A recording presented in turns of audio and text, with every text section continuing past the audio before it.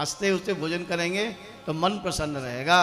प्राय लोगों की गुस्सा भोजन के समय उतर आती है। कभी थोड़ी बहुत गलती रह जाए तो जिनकी वैष्णव बुद्धि होती है वो, पहले हमको ही बहुत गुस्सा आता था, ऐसा नहीं कि हमको नहीं, गुस्सा आता था कि बुद्धि में ये आया, बोले नहीं ये तो बहुत गलत है, ठाकुर जी का प्रसाद है। तो अब तो फीका भी परोस दिया जाता है, कभी कभी बहुत ज़्यादा नमक वाला भी। जब खुद खाते तो पता लगता है, बोले कोई बात नहीं, तो उनको लगता है ठीक है। तो जो मिल जाए ठाकुर जी का प्रसाद बड़े भाव से पाया। सुदामा जी महाराज ने तो कहा भोजनांते, अर्चनांते और प्रदक्षिणांते। जब कोई भोजन हम कराते हैं किसी सदपात्र को, उसके चरण छूते हैं भोजन के बाद तो आशीर्वाद मिल जाता है, उसके हृदय से आशीर्वाद मिलता है। क्योंकि डकार कब आती है? जब पेट पूरा भर जाता है ना। जब हृदय प्रसन्न हो जाता है तो ब्राह्मण के मुख से भी कुछ ना कुछ ऐसा निकल जाता है, हाँ हाँ, ऐसा दिव्य आशीर्वाद जो मंगल करने वाला होता है महाराज। तो आज भी आपके यहाँ भंडारा है और मुझे लगता है कि हम सब में वैष्णव जो है वो हमारा दादू है जो भोजन बनाता है। वो दादू जो है रात्रि में भी सबका प्रसाद बना के रात्रि का पूरा भजन करके रात्रि में सोता है, 4 बजे जग जाता है। इसलिए हम उसको विशेष रूप में लेके आते हैं कि इसके हाथ का अन्न खाएंगे तो शायद हमारी बुद्धि भी सात्विक बनी रहेगी और भगवान कुछ में लगी रहेगी। तो ऐसे एक वैष्णव को आपके यहाँ लेके आए हैं, क्योंकि राजसू यज्ञ जब किया गया ना तो उस यज्ञ में भी स्वपच वाल्मीकि को जब भोजन कराया गया तभी शंख बजा और यज्ञ पूरा हुआ। तो ऐसे वैष्णव, अब दूसरे वैष्णव ये हैं पर अभी वैष्णवता की ओर बढ़ रहे हैं, बढ़ना चाहिए। इनको ऐसी कथा सुनाते रहेंगे तो इनको भी कर लेंगे पूरी तरह से। बाबा तो बन गए हैं पर अभी बाबा की ओर है, थोड़े से कृपा करेंगे, इनकी गुरुदेव की कृपा होगी, संतों की कृपा होगी, निश्चित रूप से साधु है भगवान की कृपा से।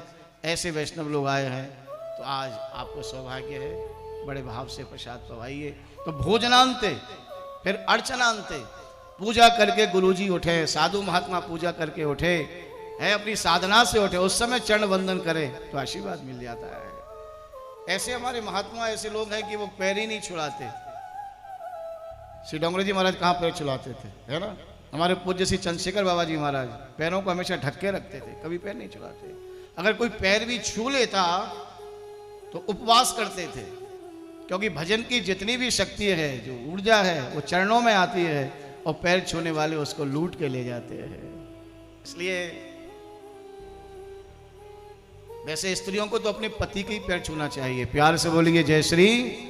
हाँ, गुरुदेव को भी दूर से दंडोत कर ले, प्रणाम कर ले। पति कोई प्रणाम करे तो अच्छा है, क्योंकि वो नारायण का स्वरूप है। लेकिन भाव आए तब ना, अभी तो बड़ा मुश्किल हो गया है कि इसको नारायण कैसे माने।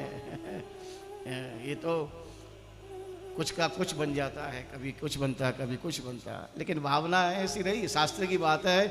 तो भोजनांते, अर्चनांते और प्रदक्षिणांते, जब हमारे पूर्वज तीर्थों में जाएं, तीर्थों में जाते हैं, यात्रा करके आते हैं या परिक्रमा दे के आए, उस समय पैर छुएंगे तो आपको आशीर्वाद मिल जाएगा। हाँ, तब आशीर्वाद मिल जाए। प्राय ये शिकायत रहती है कि ये जितने ग्रंथ हैं ये पुरुषों ने लिखे हैं, इसलिए स्त्री ही नारायण माने, स्त्री ये माने। तो बोले एक जगह संतोष मिलता है स्त्रियों को, कहाँ? बोले वृंदावन में। कौन सी जगह? बोले सेवा कुंज में। जब सेवा कुंज में जाते हैं तो वहाँ हमारे श्याम सुंदर राधा रानी के चरण दबा रहे हैं, है ना, वो चरण दबा रहे हैं। तो स्त्री कहती है देखा, ये हमारे लिए नहीं है, ये तुम्हारे लिए भी है। ये तो भाव की बात है। देखो दुर्योधन कुंज कुटीर में बैठो पलोटत राधिका पायन। कहाँ मिलेगा वो कृष्ण? कहाँ? बोले मिलेगा किसी कुंज में, किस स्थिति में मिलेगा? बोले बैठो पलोटत राधिका पायन, किशोरी जी के चरणों को दबाते हुए मिलेगा। हम गृहस्थ हैं, हमारी आश्रम की मर्यादा है, वो तो ठाकुर जी की दिव्य लीला है जिससे भक्तों को सुख मिले। तो एक पंजाबी जोड़ा आया, उसने देखा, अरे देखा, हाँ देखो क्या हो रहा है, यही तुमको जाके अब करना है तो तुम्हारा वृंदावन आना सफल हो जाएगा।